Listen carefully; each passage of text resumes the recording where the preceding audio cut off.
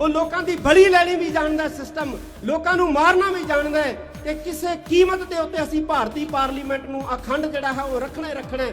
रखो अखंड, सानू कोई मतलब नहीं है, लेकिन साडी पार्लीमेंट नूं जिहड़ा है वो दो टुकड़ियां दे विच कर दिता है। ते जे सिखां दी पार्लीमेंट नूं दो टुकड़ियां दे विच कीता है ते अकाल पुरख उस पार्लीमेंट नूं भी कई टुकड़ियां च करूगा। ये खालसे दी बद दुआ लगूगी। श्रोमणी अकाली दल मजदूरां ते किसानां दी पार्टी सी और श्रोमणी अकाली दल नूं मजदूरां ते किसानां दी पार्टी बनाउणा पएगा। ये सरमाएदारां दी पार्टी नहीं सी, ये किसानां ते मजदूरां दी पार्टी सी। और जिन्ना चਿਰ श्रोमणी अकाली दल किसानां मजदूरां दी पार्टी नहीं बनदा उन्ना चਿਰ संघर्ष नहीं करेगा, और जिन्ना चਿਰ संघर्ष नहीं करेगा उन्ना चਿਰ जित प्राप्त नहीं होएगी। साध संगत जी कि श्रोमणी गुरुद्वारा प्रबंधक कमेटी नूं तोड़ दिता गया, बिल्कुल तोड़ दिता गया है, क्योंकि श्रोमणी गुरुद्वारा प्रबंधक कमेटी कौम की रीढ़ की हड्डी सी।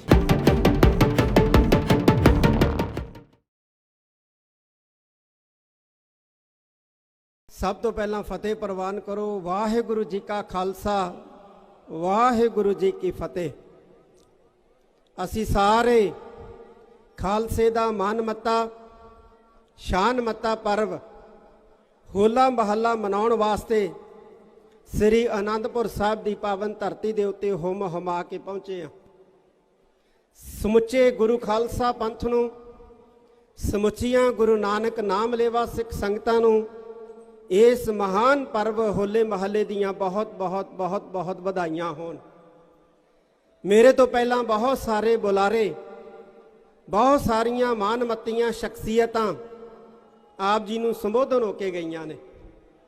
बड़ी गिणती दे विच इस वार भी हर साल की तरह होले महल्ले दे विच हाज़रियां लवाउण वास्ते लखां की तादाद विच सिख संगतां पहुंचियां ने। पर इस वार इस होले महल्ले दे दिहाड़े दे उत्ते वापरियां होईयां दो घटनावां ने मन नूं बड़ा विचलित कीता है। एक मणीकरण के स्थान के उत्ते हिमाचल प्रदेश के विच वापरी घटना, ते दूसरी परसों रात कुछ हुल्लड़बाजां वालों एक नौजवान लड़के का कतल।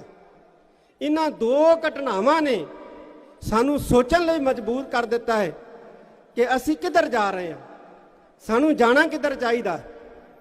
मानयोग बाबा हरनाम सिंह जी इस मंच तो आप जी नूं कह के गए ने बहुत वड्डी गल कि होले महल्ले के दिहाड़े के उत्ते धन गुरु गोबिंद सिंह महाराज, पंज प्यारे साहिबान धन गुरु गोबिंद सिंह पातशाह जी के लाडले सिंह ते दुलारे पुत्र जिहड़े ने वो खालसे नूं दर्शन देण वास्ते आउंदे आ और असी सारे दर्शन करन वास्ते आउंदे आ।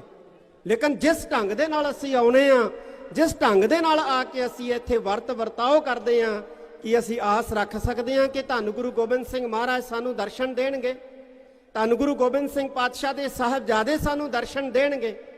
इस बारे साध संगत जी सानू सोचना पएगा। ना सरकारां ने सानू रोकना, ना किसी होर ने सानू रोकना है। ये सानू खुद सोचना पएगा कि असी केसगढ़ साहब की पावन धरती के उत्ते होले महल्ले दे विच हाज़रियां लवाउण वास्ते चले हाँ, ते साडे जाण दा ते साडे आउण दा जिहड़ा ढंग है वो की है ते की होना चाहिदा है। निहंग सिंह शहीदी देगां जिहड़ियां वो तैयार करदे आ। एक गल चेते रखना, निहंगा सिंघां वालों तैयार कीतियां शहीदी देगां ते सड़कां ते सुखे दियां जिहड़ियां मिलदियां टिक्कियां ते पकौड़े, उन्हां दे विच जमीन आसमान दा अंतर है।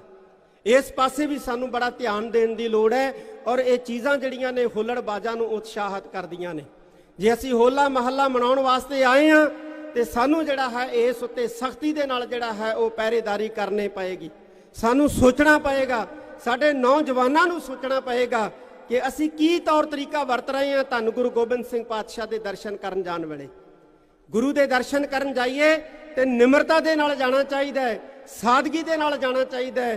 साडा इतिहास सानू सबक दिंदा है कि जे असी तड़क भड़क दे नाल जावांगे, जे असी हुल्लड़बाजी दे नाल जावांगे, असी गुरु की खुशियां लैके नहीं जा आवांगे, असी गुरु के जिहड़े है वो बद असीस लैके घरां नूं मुड़ांगे। ये सानू जरूर सोचण की जरूरत है। बाकी गल कीती है इस मंच तो कि अज साडे पंथ की अजोकी स्थिति जिहड़ी है वो की होई पई है। श्रोमणी गुरुद्वारा प्रबंधक कमेटी जिहड़ी है वो सिखां दी माणमत्ती संस्था है। अज जो असी ये देख रहे हैं ना, नौजवानों वालों की जा रही हुल्लड़बाजी, ये पता है किस दा नतीजा है? ये पिछले 20-25 सालों तो जोड़ियां साडियां संस्थावां दे विरुद्ध कूड़ प्रचार हो रहा है, ये ओदा नतीजा है। जिन्हां लोकां ने साडियां संस्थावां दे खिलाफ कूड़ प्रचार किया, ये उस कूड़ प्रचार का नतीजा है कि साडे जिहड़े नौजवान है अज दिशाहीन हो गए आ। साध संगत जी, उन्होंने नौजवानों को कोई सेध नहीं दी है। संस्थावां दे खिलाफ कूड़ प्रचार करने वालियां ने उन्होंने संस्थावां नूं भंड के संस्थावां दी क्रेडिबिलिटी जिहड़ी है वो खत्म की है, क्योंकि संस्थावां जिहड़ियां सी ये जाबता कायम रखदियां हुंदियां सी। चाहे फौज होवे चाहे कौम होवे, जे अनुशासन रहेगा तो जित होएगी, ते जे कौम दे विच अनुशासन नहीं है, जे फौजां दे विच अनुशासन नहीं है, तो कदे भी फौजां जिहड़ियां है वो जंग नहीं जितदियां, वो हारिया करदियां ने। साध संगत जी, ये गल सानू चेते रखनी चाहिए। इथों गल चली कि श्रोमणी गुरुद्वारा प्रबंधक कमेटी नूं तोड़ दिता गया, बिल्कुल तोड़ दिता गया है, क्योंकि श्रोमणी गुरुद्वारा प्रबंधक कमेटी कौम की रीढ़ की हड्डी सी। सिखां दी मंग नहीं सी श्रोमणी गुरुद्वारा प्रबंधक कमेटी, बल्कि सिखां दी मंग नूं आधार बना के एक वड्डी साजिश रची गई है श्रोमणी गुरुद्वारा प्रबंधक कमेटी के खिलाफ, कि श्रोमणी गुरुद्वारा प्रबंधक कमेटी के 2 टुकड़े किए। प्रबंध हरियाणे के सिखां ने नहीं संभालिया। साध संगत जी, प्रबंध सरकार ने संभालिया, ये गल समझ लैनी चाहिए है। तो संभालेगी वो श्रोमणी गुरुद्वारा प्रबंधक कमेटी का भी, जे असी ना संभले, जे असी ना जिहड़े है वो जागे। किसान अंदोलन दे विचों सब तो वड्डी सपोर्ट जिहड़ी है वो साडी गुरुद्वारा संस्था दे विचों मिली है, और सरकार ये गल चंगी तरह जानती है कि किसान अंदोलन नूं सब तो वड्डी सपोर्ट जिहड़ी है वो धन गुरु नानक साहिब सच्चे पातशाह के चलाए हुए लंगरां ने दी है, और लंगर जड़े ने वो गुरुद्वारियां चों निकले है। इस करके इन्हां दे गुरुद्वारियां नूं जिहड़ा है वो कब्जे च करना चाहिए है। इहदा नतीजा है हरियाणा गुरुद्वारा प्रबंधक कमेटी, होर कोई कारण नहीं है। वो बहुत लंबे समय तो नज़रां टिका के जिहड़ा है वो रखी बैठे सी कि जे सिखां नूं कमज़ोर करना है तो सिखां नूं ताकत देने वाले गुरुद्वारियां नूं जिहड़ा है वो संभालना पएगा, फिर सिख कमज़ोर होणगे। क्योंकि अंग्रेज़ों ने भी यह पॉलिसी वरती सी, उन्होंने भी अपने महंतां दे राही गुरुद्वारे जिहड़े आ कंट्रोल करके ते गुरुद्वारियां चों सिखां नूं जिहड़ा ताकत देना रोकिया सी। पर सिख इकट्ठे होए, कुर्बानियां दित्तियां, सिखां ने गुरधाम आज़ाद करवाए, गुरुद्वारियां चों ताकत निकली, ते सिखां ने जिहड़ा है इस मुल्क की आज़ादी लई अपना रोल अदा किया। ये मुल्क आज़ाद हो गया पर सिखां नूं आज़ादी नहीं मिली। साध संगत किड्डी कमाल की गल है कि एक मुल्क जिहड़ा अपनी पार्लीमेंट नूं अखंड रखण दे लई 100 यतन करदा है, उहनूं भोरा भी शर्म नहीं आई सिखां दी पार्लीमेंट नूं तोड़न लग्या। किड्डी कमाल की गल है। अपनी पार्लीमेंट नूं अखंड रखण वास्ते वो लोगों की बली लैनी भी जानता सिस्टम, लोगों को मारना भी जानता है कि किसी कीमत के उत्ते असी भारतीय पार्लीमेंट नूं अखंड जिहड़ा है वो रखना ही रखना है। रखो अखंड, सानू कोई मतलब नहीं है, लेकिन साडी पार्लीमेंट नूं जिहड़ा है वो 2 टुकड़ियां दे विच कर दिता है। ते जे सिखां दी पार्लीमेंट नूं 2 टुकड़ियां दे विच कीता है ते अकाल पुरख उस पार्लीमेंट नूं भी कई टुकड़ियां च करूगा। ये खालसे दी बद दुआ लगूगी। बोले सो निहाल। ये साडी शक्ति का स्रोत है सिख पार्लीमेंट श्रोमणी गुरुद्वारा प्रबंधक कमेटी, और सिख शक्ति के स्रोत नूं भन्नण दा जिहड़ा वो कारज कीता है सुप्रीम कोर्ट के राही। 1947 तो लैके अज तक कोई एक फैसला सुप्रीम कोर्ट का कोई दस देवे जिहड़ा सिखां दे हक च आया होवे। इन्हां इंस्टीट्यूशनां ने, जिन्ने भी सरकार के इंस्टीट्यूशन है, ये कदे भी सिखां दे हक च नहीं खड़े। साध संगत जी, ये सानू सोचना पएगा। सोशल मीडिया के उत्ते साडियां संस्थावां दे खिलाफ सिरजिया नैरेटिव जिहड़ा है ये सानू बर्बादी वाल लिजा रहा है। मत समझो कि सिख नौजवान है जिहड़े संस्थावां दे खिलाफ कूड़ प्रचार कर रहे हैं। बहुत सारियां फेक आइडिया जिहड़ियां वो एजेंसियां दियां बनाईयां होईयां सिखां दे नावां दे उत्ते जिहड़ियां नैरेटिव सिरजदियां ने सिखां दीयां संस्थावां दे खिलाफ। सानू इस पक्षों भी सुचेत ते सावधान बहुत होना पएगा। बाबा जी ने गल कीती है कि श्रोमणी अकाली दल नूं संघर्ष करना पएगा। मैं एक गल कह दियां कि श्रोमणी अकाली दल मजदूरां ते किसानां दी पार्टी सी, और श्रोमणी अकाली दल नूं मजदूरां ते किसानां दी पार्टी बनाउणा पएगा। ये सरमाएदारां दी पार्टी नहीं सी, ये किसानां ते मजदूरां दी पार्टी सी।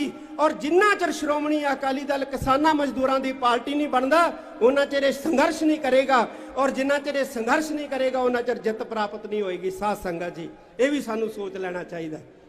सो बहुत ਵੱਡੇ ਪੱਧਰ ਤੇ आप सब संगतां ਹੋਲੇ ਮਹੱਲੇ ਦੇ ਮੌਕੇ ਦੇ ਉੱਤੇ ਹਾਜ਼ਰੀਆਂ ਭਰਨ ਵਾਸਤੇ ਆਏ ਹੋ। ਮੈਂ ਆਪ ਜੀ ਨੂੰ ਫੇਰ ਇਸ ਹੋਲੇ ਮਹੱਲੇ ਦੀਆਂ ਬਹੁਤ ਬਹੁਤ ਬਹੁਤ ਬਹੁਤ ਵਧਾਈਆਂ ਦਿੰਦਾ।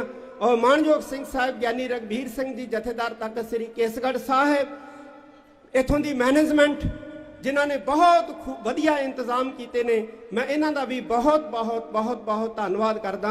ਮੈਂ ਇੱਕ ਵਾਰੀ ਫੇਰ ਆਖਾਂਗਾ ਕਿ ਆਓ ਸ੍ਰੀ ਅਕਾਲ ਤਖਤ ਸਾਹਿਬ ਦੀ ਸਰਪ੍ਰਸਤੀ ਦੇ ਵਿੱਚ ਅਸੀਂ ਇਕੱਠੇ ਹੋਈਏ ਔਰ ਜਿਹੜਾ ਸਾਡੇ ਖਿਲਾਫ ਇੱਕ ਨੈਰੇਟਿਵ ਸਿਰਜਿਆ ਜਾ ਰਿਹਾ ਹੈ ਇਹਨੂੰ ਅਸੀਂ ਰੋਕਣ ਦਾ, ਤੋੜਨ ਦਾ ਜਿਹੜਾ ਯਤਨ ਕਰੀਏ ਤਾਂ ਹੀ ਸਾਨੂੰ ਜਿਹੜੀ ਆ ਉਹ ਕਾਮਯਾਬੀ ਮਿਲੇਗੀ। ਬਹੁਤ ਬਹੁਤ ਧੰਨਵਾਦ। ਵਾਹਿਗੁਰੂ ਜੀ ਕਾ ਖਾਲਸਾ, ਵਾਹਿਗੁਰੂ ਜੀ ਕੀ ਫਤਿਹ। ਬੋਲੇ ਸੋ ਨਿਹਾਲ।